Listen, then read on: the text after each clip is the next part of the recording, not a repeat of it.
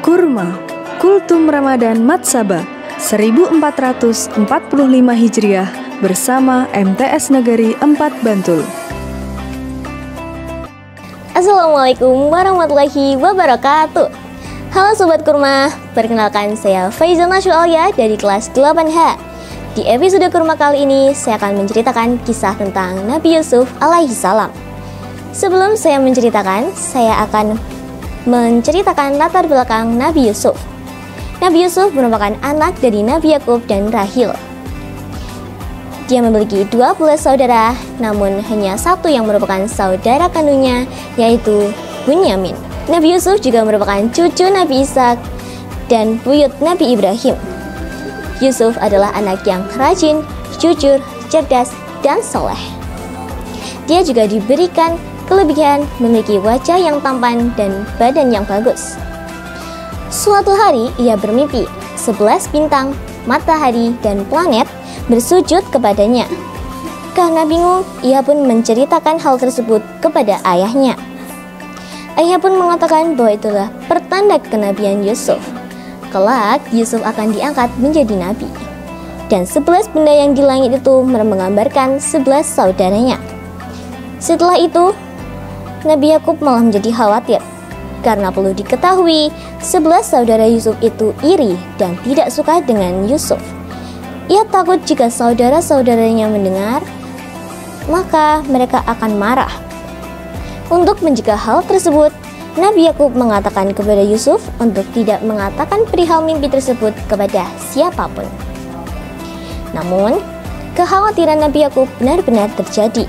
Salah satu saudara Nabi Yusuf mendengar percakapan mereka, lalu mereka berkumpul untuk merencanakan hal yang bisa menyingkirkan Nabi Yusuf. Bagaimana jika kita bunuh saja anak itu? Tidak. Membunuh adalah dosa besar. Bagaimana jika kita buang saja anak itu? Setelah itu, mereka sepakat untuk membuang Nabi Yusuf jauh dari rumahnya. Keesokan harinya, mereka pun meminta izin kepada Nabi Yakub untuk membawa Yusuf bermain. Namun, Nabi Yakub tidak langsung memberikan izin, dikarenakan ia takut jika Nabi Yusuf dimakan oleh serigala.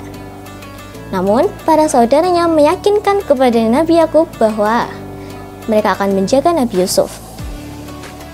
Sesampainya di tempat itu, mereka berpura-pura mengambil minum dari sumur, padahal mereka sedang melaksanakan aksinya. Setelah itu, dari mereka mengatakan, "Jika kalian haus, ambil saja air di dalam sumur itu." Yusuf yang kehausan pun langsung mengambilnya.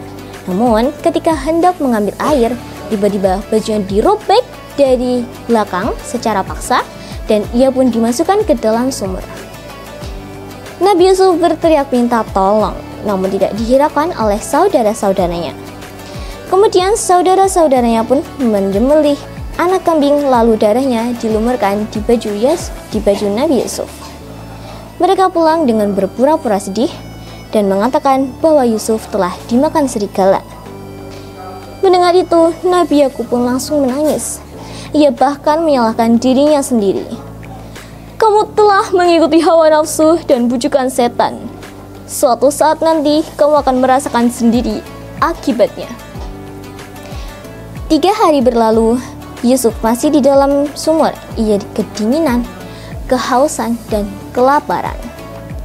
Badannya pun jadi melemah. Di saat ia sudah putus asa, tiba-tiba datanglah pedagang yang hendak mengambil minum. Namun ketika ditarik, yang keluar adalah Yusuf. Karena melihat Yusuf yang sangat tampan, mereka pun sepakat untuk menjual Yusuf ke Mesir. Yusuf merasa bersyukur karena dirinya masih hidup. Di Mesir, ia dibeli oleh seorang menteri yang berkuasa di sana dengan sebutan Al-Aziz. "Dia budak yang aku beli, perlakukan dia dengan baik," kata Al-Aziz kepada istrinya Zulaiha. Bertahun-tahun berlalu, Yusuf pun tumbuh menjadi anak yang tampan dan memiliki badan yang bagus. Hal itu membuat banyak perempuan naksir kepadanya, termasuk Zulaiha. Seringkali Zulaiha menggoda Yusuf, namun Yusuf menolaknya dengan mentah-mentah. Hingga suatu hari, Zulaiha memakai parfum di seluruh badannya, bahkan memakai baju yang kurang bahan. Ia pun masuk ke kamar Yusuf, lalu menggoda Yusuf. Yusuf langsung lari kabur, namun hal tersebut dicegah oleh Zulaikha dengan menarik baju bagian belakang Yusuf hingga robek. "Beraninya kau menolakku, akan kupenjarakan kau." Mendengar keributan itu, suaminya Zulaikha atau Al-Aziz ini datang. Zulaikha pun mengatakan bahwa Yusuf telah menggoda saya. Namun Al-Aziz tidak langsung mempercayainya, karena ia melihat baju bagian belakang Yusuf robek. Itu tandanya istrinya lah yang telah berbuat hina. Karena malu jika didengar oleh tetangga, Al-Aziz pun terpaksa memenjarakan Yusuf. Di penjara, Yusuf malah senang. "Lebih baik di tempat ini daripada di luar sana." Dengan kesempatan itu, Yusuf berdakwah di sana. Ia mengajarkan tahanan lain untuk menyembah Allah, bertaubat atas perbuatannya. Yusuf juga dikenal dengan keahliannya dalam menafsirkan mimpi. Suatu hari, raja bermimpi sesuatu yang membuat Yusuf dipanggil untuk menemui raja. Sesampainya di hadapan raja, raja pun menceritakan mimpinya. "Setiap malam, saya berturut-turut bermimpi tentang 7 ekor sapi gemuk dimakan oleh 7 ekor sapi kurus, dan 7 butir gandum hijau dimakan oleh 7 butir gandum kering." Yusuf pun mengatakan bahwa itu adalah pertanda 7 tahun musim subur berturut-turut di negeri ini. Ternak berkembang biak dengan mudah dan tanaman tumbuh subur. Kemudian datang 7 tahun kemarau panjang yang akan membuat semua ternak dan tanaman mati. Mendengar itu, raja pun bertanya, "Lalu apa yang harus aku lakukan?" Nabi Yusuf pun menyarankan untuk menyimpan hasil panen 7 tahun musim subur untuk persediaan kemarau panjang. Raja kagum melihat betapa bijaknya Nabi Yusuf. Kemudian raja pun membebaskan Nabi Yusuf dari penjara dan menghilangkan semua tuduhan-tuduhan, dan mengangkat Nabi Yusuf menjadi menteri yang mengelola persediaan pangan. Lalu datanglah 7 tahun kemarau panjang itu, dan Mesir adalah satu-satunya negara yang berhasil bertahan. Banyak negara-negara yang datang ke Mesir untuk membeli bahan pangan, termasuk 11 saudara Nabi Yusuf. Mereka datang untuk membeli gandum, namun mereka tidak mengenali wajah Nabi Yusuf. Nabi Yusuf pun mencari Bunyamin, namun tidak ada. Ia pun menunggu 1 tahun kemudian, namun Bunyamin tetap saja tidak ikut. Akhirnya Nabi Yusuf pun memberikan syarat kepada mereka jika mereka tidak akan mendapatkan gandum jika tidak membawa Bunyamin. Mendengar itu, mereka pun pulang untuk membawa Bunyamin. Akhirnya mereka datang dengan Bunyamin. Nabi Yusuf pun ingin sekali menghilangkan rasa rindunya kepada Bunyamin. Kemudian ia pun memasukkan harta dan piala ke dalam karung yang dibawa Bunyamin. Alhasil, para prajurit pun menemukan piala dan harta karung itu.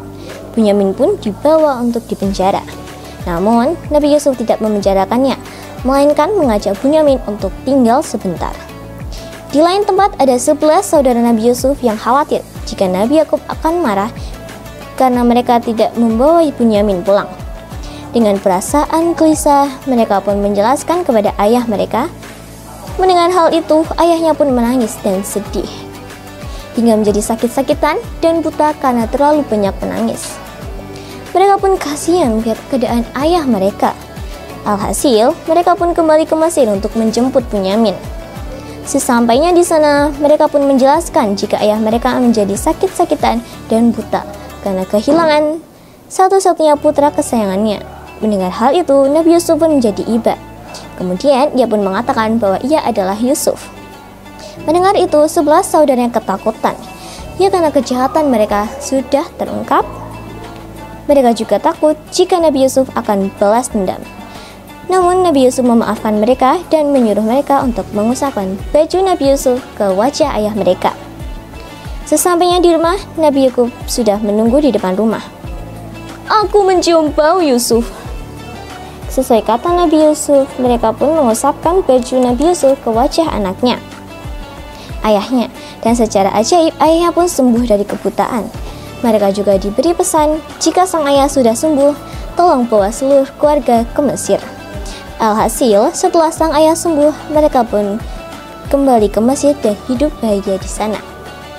Sekian dari saya. Wassalamualaikum warahmatullahi wabarakatuh.